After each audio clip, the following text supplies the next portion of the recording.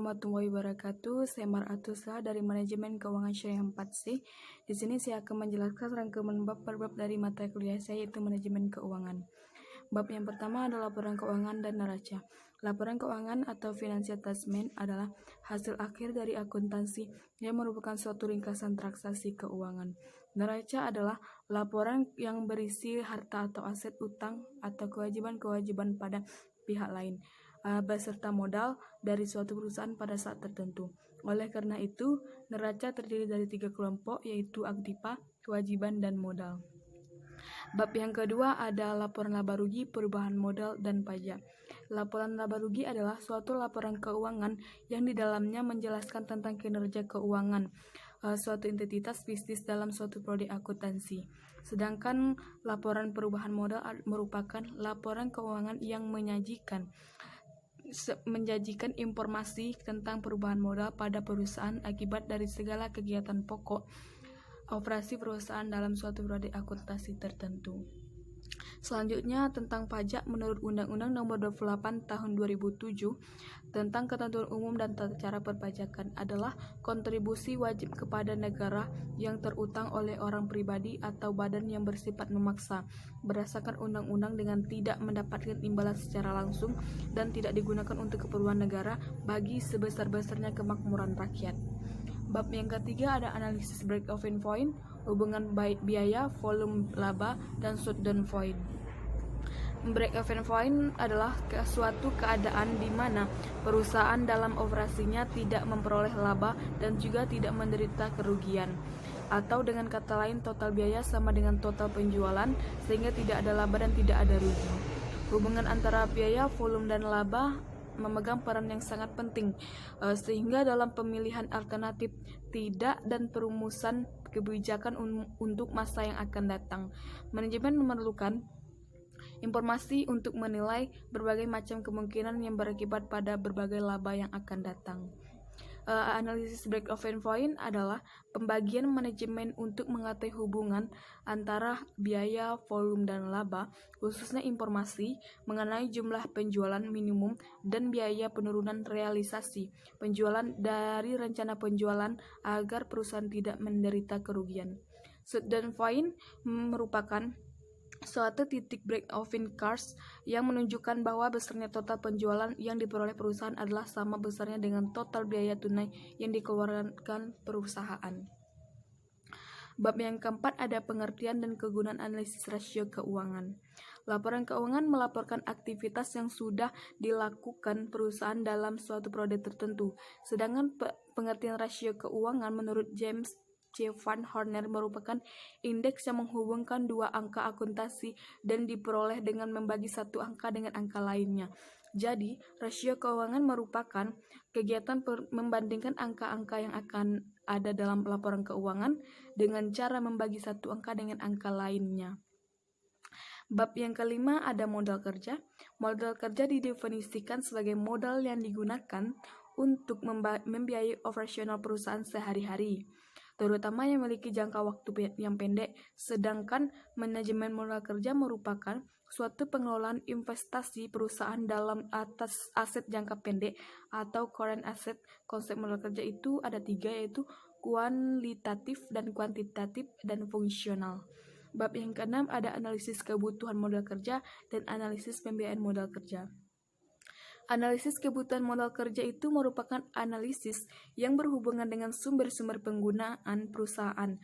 Modal kerja dibutuhkan untuk membiayai kegiatan pokok perusahaan dibandingkan dengan modal tetap. Modal kerja sifatnya lebih fleksibel. Jumlah modal kerja lebih mudah diperbesar atau diperkecil sesuai dengan kebutuhan, dan elemen-elemen modal kerja mudah berubah-ubah.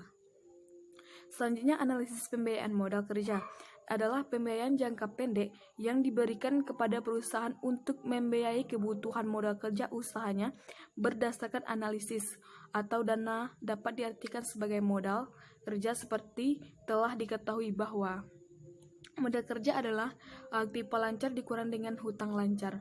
Bab yang ketujuh itu ada motif memegang uang tunai dan anggaran kas.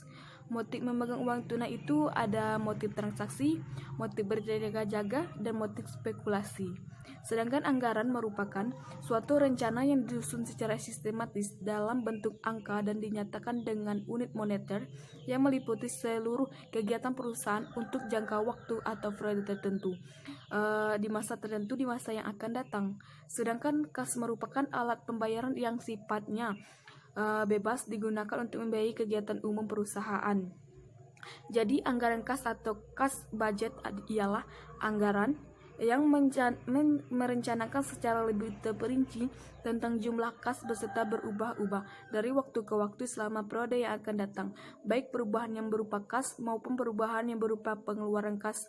Jadi anggaran kas merupakan alat penting dalam proses perencanaan dan pengendalian keuangan perusahaan karena di dalamnya terdapat sistematis penerimaan dan pengeluaran kas untuk periode tertentu di masa datang sehingga akan bisa diketahui akan perusahaan dalam keadaan defisit atau surplus kas.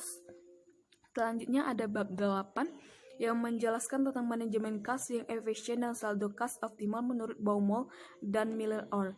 Kas merupakan salah satu bagian dari aktivitas yang paling liquid atau paling lancar yang bisa dipergunakan segera untuk memenuhi kewajiban finansial perusahaan. William Baumol 1952 mendefinisikan bahwa kebutuhan akan kas dalam perusahaan mirip dengan pemakaian persediaan. Sedangkan menurut Miller-Orr mengasumsikan bahwa aliran kas masuk dan keluar tidak konstan atau berfluktuasi. Miller-Orr menentukan batas pengendalian kas dan batas pengendalian bawah beserta saldo kas yang ditargetkan. Bab yang ke-9 itu ada kebijakan piutang. Piutang merupakan salah satu unsur dari aktiva lancar dalam neraca perusahaan yang timbul akibat adanya penjualan barang dan jasa atau pemberian kredit terhadap debitur, yang pembayaran pada umumnya diberikan dalam tempo waktu 30 hari sampai dengan 90 hari. Dalam arti luas, piutang merupakan tuntunan terhadap pihak lain yang berupa uang, barang-barang, atau jasa yang dijual secara kredit. Bab yang ke-10 ada risk, trade-off, dan piutang. Pengertian risk atau risiko dapat dikatakan sebagai suatu peluang terjadinya kerugian atau kehancuran.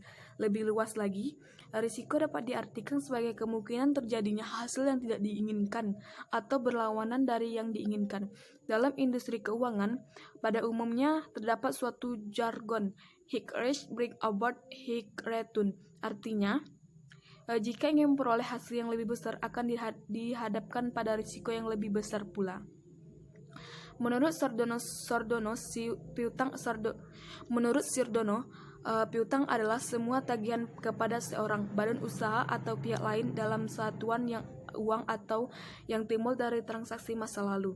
Jadi, piutang adalah tagihan kepada pihak lain di masa yang akan datang karena terjadi transaksi di masa lalu.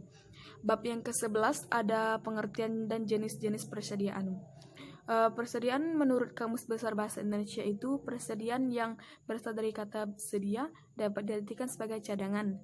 Persediaan juga memiliki beberapa arti lain dari yang didefinisikan oleh beberapa ahli.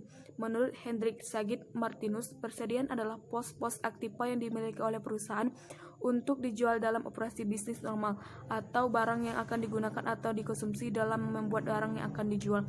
Jadi persediaan atau inventory adalah bahan atau barang yang disimpan yang akan digunakan untuk memenuhi tujuan tertentu.